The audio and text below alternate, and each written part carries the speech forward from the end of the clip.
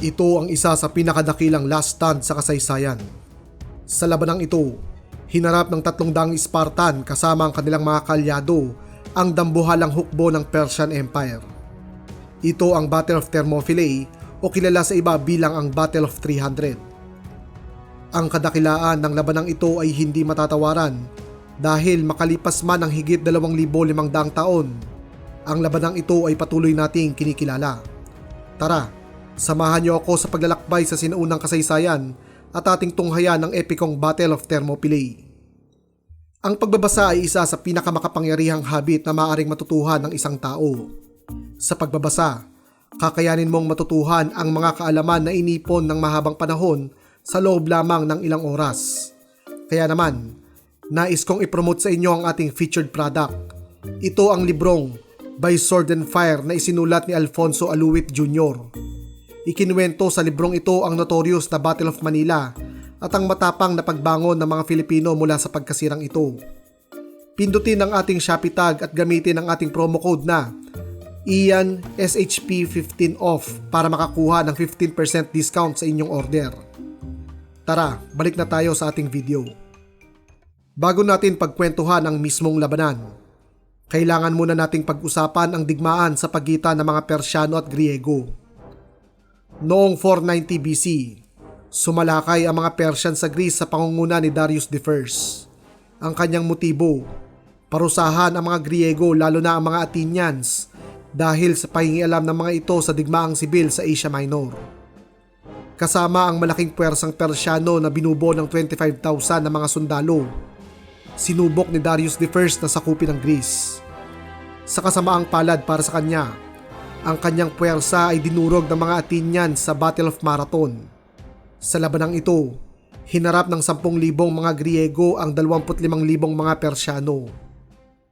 Gamit ang kanilang heavy infantry, ang hoplite na nakaayos sa phalanx formation, inatake ng mga Griego ang gulat na mga Persyano. Mabilis na inararo ng Greek phalanx ang mga Persian infantry at naitulak ang mga ito pabalik sa kanilang mga barko. Makalipas ang labanan, aabot sa 6,000 mga Persyano ang nasawi, samantalang 174 lamang sa panig ng mga Griego. Sa kabila ng pagkatalong ito, hindi pa pala tapos ang banta ng mga Persyano sa Gresya. Muling nagtatag ng panibagong puwersa si Darius I, ngunit siya ay nasawi noong 486 BC. Pumalit sa kanyang trono sa Persya ay ang kanyang anak na si Xerxes. Nagtanim ng galit si Xerxes at nangakong babawian ang mga Griegong tumalo sa kanyang ama. Sa mga sumunod na taon, tinipon ni Xerxes ang isang dambuhalang hukbo mula sa iba't ibang panig ng Persian Empire. Mga axeman at light infantry mula sa Egypt, heavy infantry ng Assyria, mga sundalong Median at Bactrian mula sa kasalukuyang Iran at Afghanistan, at ang puso ng Persian infantry, ang kinatatakutang Persian Immortals. Sa cavalry force naman, tinipon din ng Persian Emperor ang mga Scythian horse archers mula sa Timog Russia, mga war elephants mula sa India, at libu-libong Persian cavalry mula sa Iran. Ayon sa tala ng ancient historian na si Herodotus, umabot sa 1,000,000 ang sundalong Persian na naipon ni Xerxes. Gayunpaman, ito ay kinontra ng mga makabagong historian kung saan kanilang inestimate na ang tunay na bilang ng mga sundalong Persyano ay naglalaro lamang sa pagitan ng 100 hanggang 250,000 na mga sundalo. Sa kabila nito, ang bilang na ito ay tunay na kagilagilalas para sa panahong ito na wala pang modernong teknolohiya para sa komunikasyon, paglalakbay at pagkain. Para kontrahin ang agresyon ng Persya, isinantabi muna na mga naglalaban ng Greek city-state ang kanilang mga personal na awayan at sila ay bumuo ng isang alyansa. Ito ang Hellenic League na pinangunahan ng Athens at Sparta na sinalihan naman ng 30 iba pang mga Greek city-states. Sa Asya naman, tinawid ng dambuhalang hukbo ni Xerxes ang Hellespont patungo sa Thrace at Macedonia. Mabilis na kinubkob ng mga Persyano ang mga lupaing ito at kanilang napasailalim ang mga Griegong naninirahan dito. Nang mabalitaan ng Hellenic League ang pagdating ng mga Persian, nagkasundo sila sa isang grand strategy para pigilan ang mga mananakop. Makalipas ang masinsinang deliberasyon, Nagkasundo ang mga Griego na harangin ang mga Persyano sa Thermopylae sa kalupaan at sa Artemisium naman para sa katubigan. Kaya naman, masasabi natin na ang naganap dito ay isang kambal na labanan kung saan magkasabay na naganap ang Battle of Thermopylae at ang Naval Battle of Artemisium. Para sa napipintong land battle, pinili ng mga Griego na harapin ang mga Persyano sa Hot Gates o mas kilala bilang Thermopylae. Ang lagusang ito ay nasa bulubunduking bahagi ng Northern Greece. Meron lamang itong lapad na 15 metro o 50 talampakan dahil sa napakasikip na battlefield. Mawawala ng saysay ang numerical advantage ng mga Persian dahil hindi nila magagawang ikutan o palibutan ang mga Griego. Bukod dito, lubos ding naaangkop ang paraan ng pakikidigma ng mga Griego na phalanx formation sa Thermopylae dahil tanging harapang pagsalakay lamang ang maaaring gawin ng mga Persyano. Sa kasamaang palad, ang panahon ng pagsalakay ng mga Persian ay nataon sa isang mahalagang Spartan religious festival. Ito ang Carnea.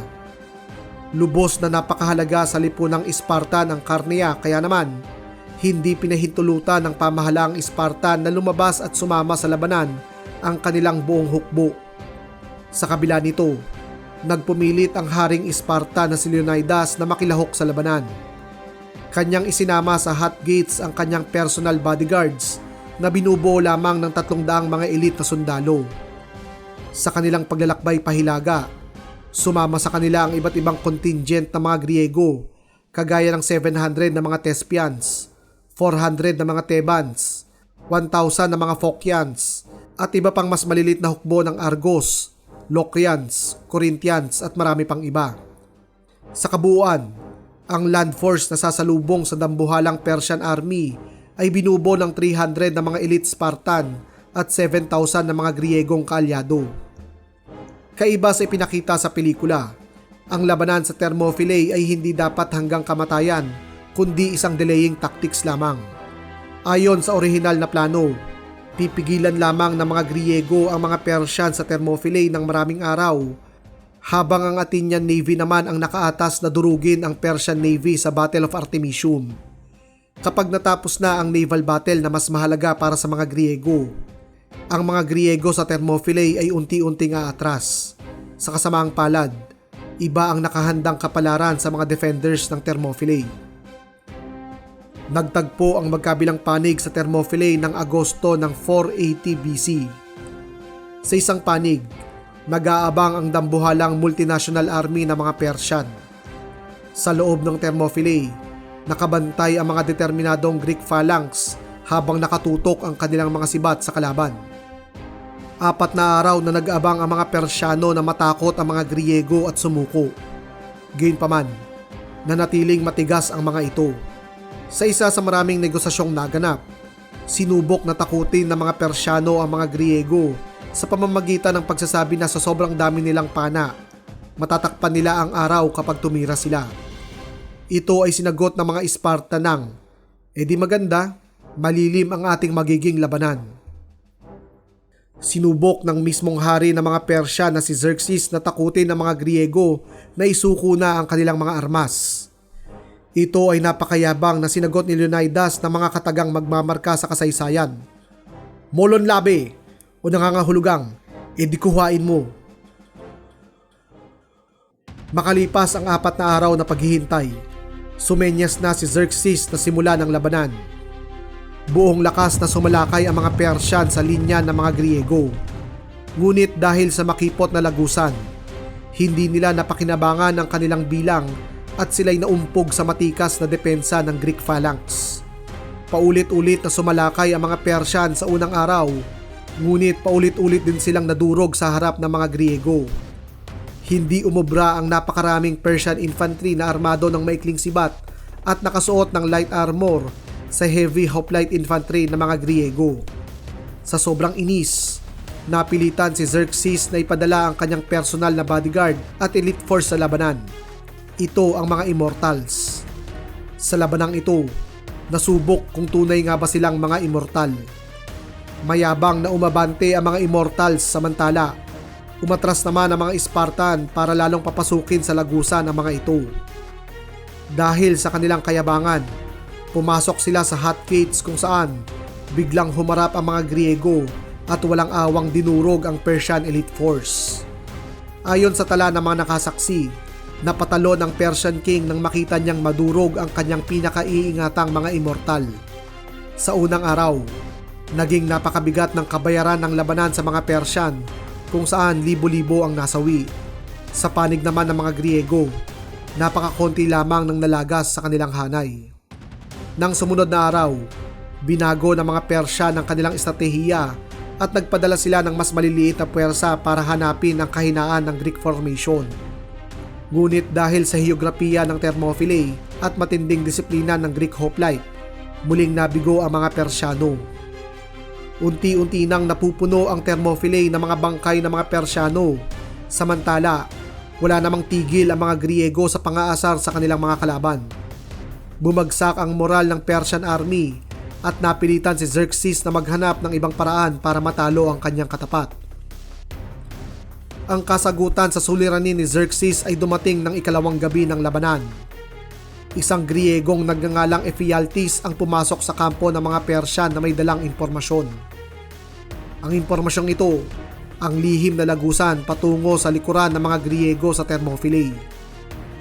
Agarang pinadala ni Xerxes ang kanyang immortal sa lihim na lagusan sa kabundukan para atakihin ang mga Griego mula sa likuran.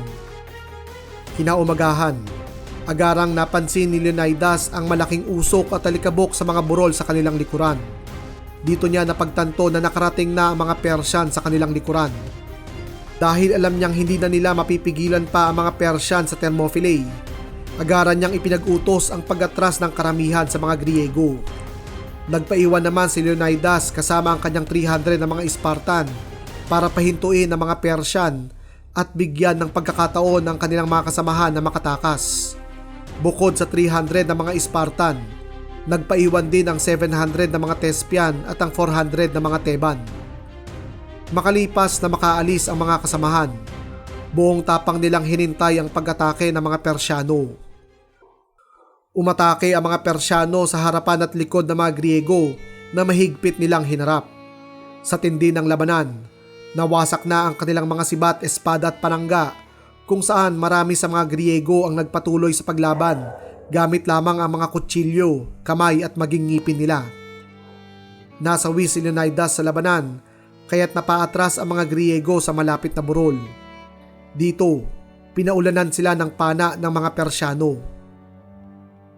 Nasawi ang lahat ng mga Griegong nagpaiwan, testamento sa kanilang warrior ethos na no retreat, no surrender. Dahil sa pagbagsak ng Thermopylae, umatras na din ang Athenian Navy sa labanan sa Artemisium. Sa puntong ito, bukas na ang buong Greece sa pananalakay ng mga Persyano. Sa kabila ng kanilang pagkatalo, dahil sa maalamat at epikong depensa ng mga Spartan at kanilang kasamahan sa Battle of Thermopylae, nagkaroon ng pagkakataon ng mga Griego na maghanda at makatakas sa bagsik ng mga Persyano. Ngunit ang pinakamahalagang epekto ng labanan na ito ay ang inspirasyong ibinigay nito sa mga Griego. Naging battle cry ng mga Spartan at iba pang mga Griego ang matapang na depensa ng Thermopylae at kanilang ipinagpatuloy ang laban. Ilang linggo lamang makalipas ang Battle of Thermopylae, dinurog ng mga Griego ang Persian Navy sa Battle of Salamis. Nang sumunod na taon, tuluyang wawakasan ng mga Griego ang pangarap ni Xerxes na masakop ang Greece nang kanilang talunin ang mga Persian sa makasaysayang Battle of Plataea. Ang Battle of Thermopylae ay isa sa kinikilalang pinaka-epikong labanan sa kasaysayan. Isang simbolo ng katapangan sa harap ng napakalakas na kalaban. Ang kabayanihang ipinakita ng mga Spartan at ng kanilang mga kasamahan ay nananatiling inspirasyon sa kasalukuyang panahon. Dito na nagwawakas ang ating episode. Para sa iyo, anong aral ang iyong napulot sa istoryang ito? Ilagay ang inyong sagot sa ating comment section. Kung nais ninyong makilala ng buo ang mga Spartan, nais kong irekomenda sa inyo ang ating episode na pinamagatang ang pinakamalakas na mandirigma, ang mga Spartan. Napakarami pang kwento sa kasaysayan ng ating pagkukwentuhan, kaya't siguraduhin napindot nyo na ang like and subscribe button. Muli, ako si Sir Ian at sama-sama nating aralin ang kasaysayan.